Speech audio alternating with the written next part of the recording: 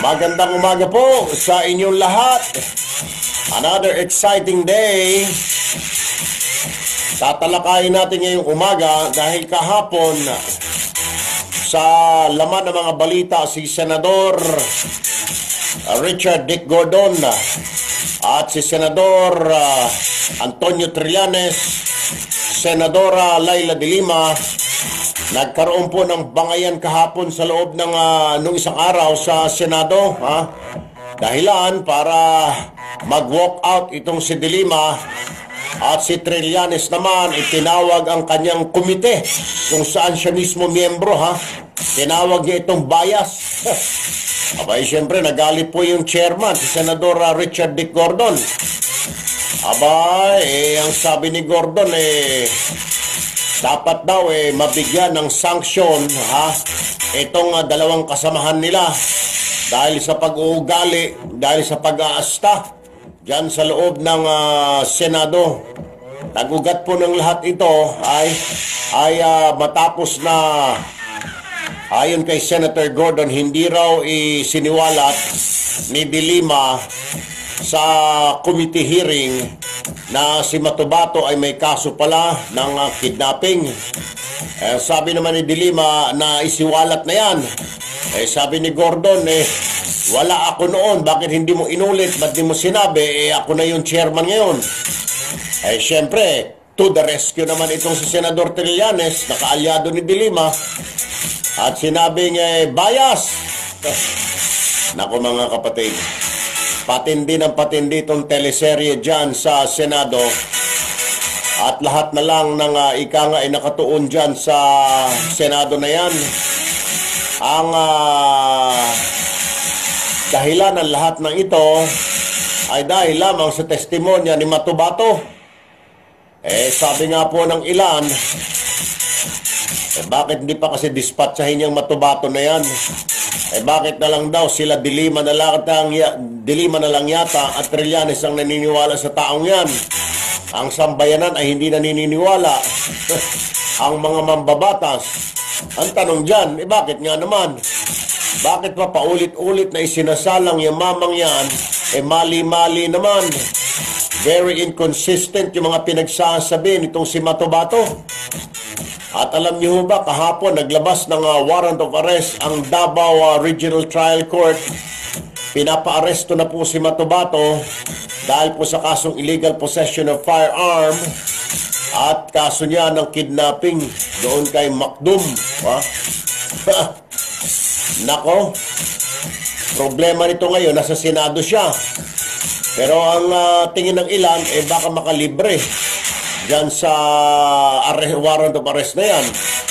Pero tingin naman ng ilang mga abogado, hindi naman, di siguro. Abay, hindi naman kinustudiyan ng Senado yan. At saka wala pang hindi binibigyan ng Senado ng immunity si Matubato. So anumang kasong isasampa sa kanya o habulin man siya ng mga kaliwat ka ng kaso, walang lusot yung mama dahil wala naman siyang immunity, walang immunity na ibinigay ang Senado. Lalo't wala naman ito sa kustudiyan ng Senado. Dahil ito ay hindi naman testigo ng Senado, kundi testigo lamang ni Trillanes at de Lima. Pwede kahapon, naglabas po ng warrant of arrest ang Davao Regional Trial Court dahil itong si Matubato pala may kasong illegal possession of firearm. Nagpiyansa laang. O ngayon, paano natuloy ngayon ito? Kailangang iharap ni Trillanes, samahan ni Trillanes si Matubato doon sa Davao Regional Trial Court dahil yan ay pinapa-aresto na ng korte. Wala akong magagawa dyan ng senador kasi nga naman hindi naman siya state witness, hindi naman binigyan pa ng Senado ng immunity na libre siya sa mga kaso. At hindi rin pwedeng hindi i-turn over yan sa korte dahil si Matubato ay wala naman sa kustudiya pa ng Senado. At tanging ang kumukup-kup lamang sa kanya ay itong si Senador Trillanes. Nako, lumalalim ho ng lumalalim itong teleserye dyan sa Senado, mga kapatid. Oo. Kahapon nga, sabi ni Senador Gordon, ay gusto raw ni Trillanes na mag-sorry si Senador Gordon. Mag-sorry dahil bias yung committee niya. Sabi naman ni Senador Gordon, ba't ako magsusorry? Sino ba siya? Sino ba ang chairman? Hindi ba ako ang chairman?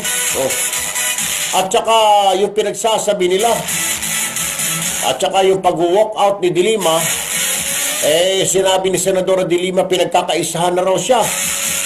Sabi ni Dick Gordon, ano pinagkakaisahan? Nandoon naman ang mga kaalyado niya. Bakit hindi sila nagsaimik? At saka isa pang sinasabi ni Gordon, hoy, Senate hearing ito at hindi ka testigo at hindi ikaw ang iniimbestigahan. Ang iniimbestigahan natin, extrajudicial killing. Bakit ka mag-walk out? Number 2, miyembro ka ng Senado, ng komite na yan. Anong klaseng halimbawa ang pinapakita mo sa mga kasamahan mo? Sus, Mariusep, ito sinasabi ni Dick Gordon. Ano na lang? At saka ang taong bayan na nanonood. Ano na lang ang sasabihin?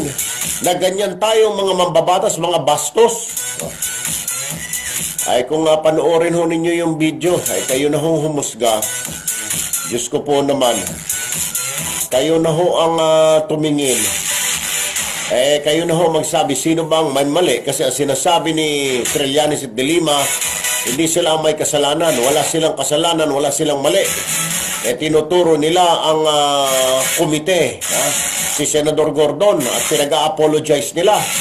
Sabi naman ni Senador Dick Gordon, bakit ako mag-a-apologize? Ano bang ginawa ko? Ikaw nga, De Lima, nag-walk out ka, hindi ba kabastusan yan? Si Trillanes naman, dapat mag-apologize si Gordon. Sabi ni Gordon, ba't ako mag-apologize? Question and answer ito. Bakit mo akong tawaging bias? Committee mo? Miyembro ka ng committee, tatawagin mong sisiraan mong committee mo, sasabihin mong bias? Yan o, sinabi ni Gordon. Nagkaroon ho ng bangayan noong isang araw. Anyway, mga kapatid, kaya ang tanong po natin, dahil sabi na rin ni Senador Gordon, dapat daw masanction itong dalawang mambabatas na ito, lalo na si Senador De Lima. Ang tanong natin para sa Facebook today, dapat bang disiplinahin ng Senado sina Senador De Lima at Senador Trillanes dahil sa inasal ng mga ito nung isang araw sa hearing? #discipline. Padala nyo na po ang inyong reaction dito sa bagay na ito. Kasi ito po yung pinagtatalunan. Dapat na bang disiplinahin para tumigil na itong dalawang ito? At kasi nga naman, sabi ho ng ilan, sabi ng ilan nito, bakit ba itong dalawang senador na lang na ito ang pinagpipilitan, yung kanilang testigo ay nagsasabi ng totoo? When in fact, halos lahat na ng tao sa mundong ibabaw na ito na nakapanood ng hearing ay naniniwalang nagsisinungaling yung testigo.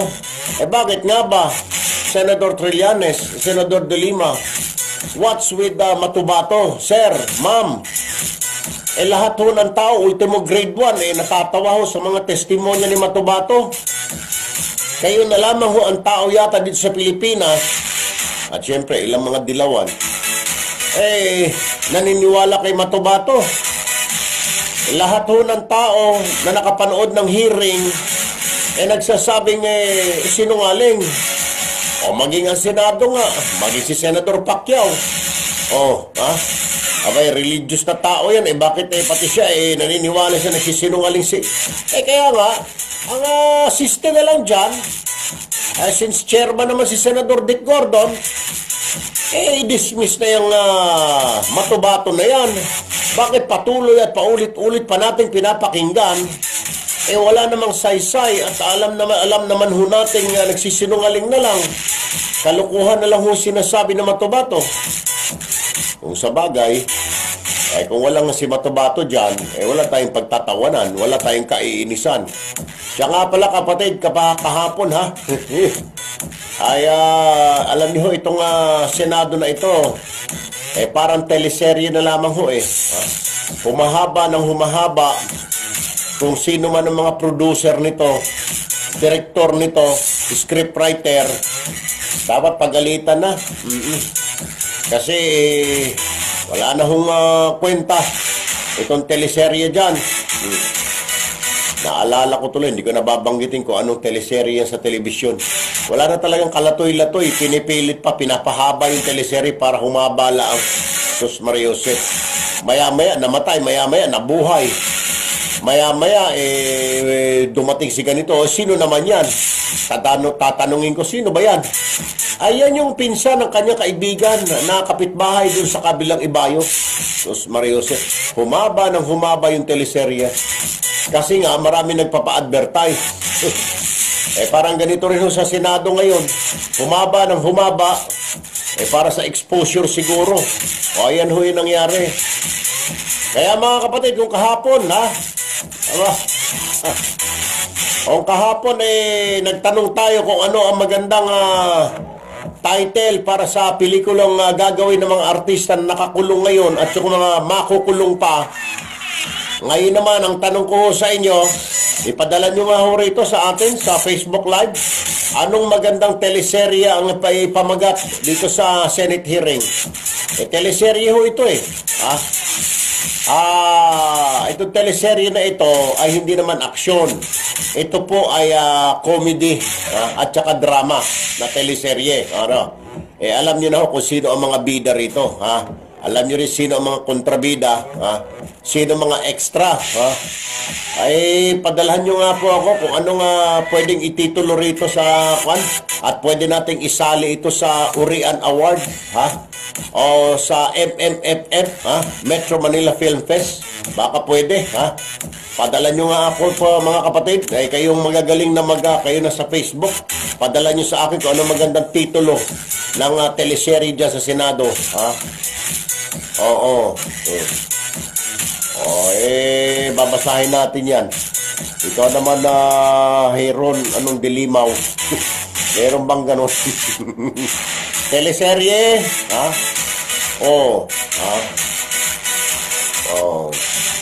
Kasi di ba may mga sa TV, di ba? May mga ang probinsyano na sikat ngayon, merong ang pag-ibig na walang hanggan, yung mga ganon. Sa Senado ang maganda, may nag-suggest dito Matubato, ang hari ng kasinungalingan. Yan ang sabi, yan ang suggestion dito. Basahin nga natin ito mga kapatid, ito mga sinasabi. Zarzuela, Walkout Queen sa Senado, yan ang title. Matubato mo ang relo ko. Walkout Boy and Queen. Basang manok. The Walkout, pusong bato, sabi ni Brian Sipay. Droga, si Mary Ann. Si Richard, Zarzuela. Si Mr. Brown, bato-bato sa langit. Si bato-bato ay pangit. Easy! Sus, ikaw naman na. Sandali lamang mga kapatid, Kaya mga biro-biro, sandali lang, Senate Ghost Busted. Yung may originality naman, baka makasuhan pa tayo dyan ng DTI dahil sa paggamit ng mga ibang dito yan. Matubato sa langit ang tamaan, huwag magalit.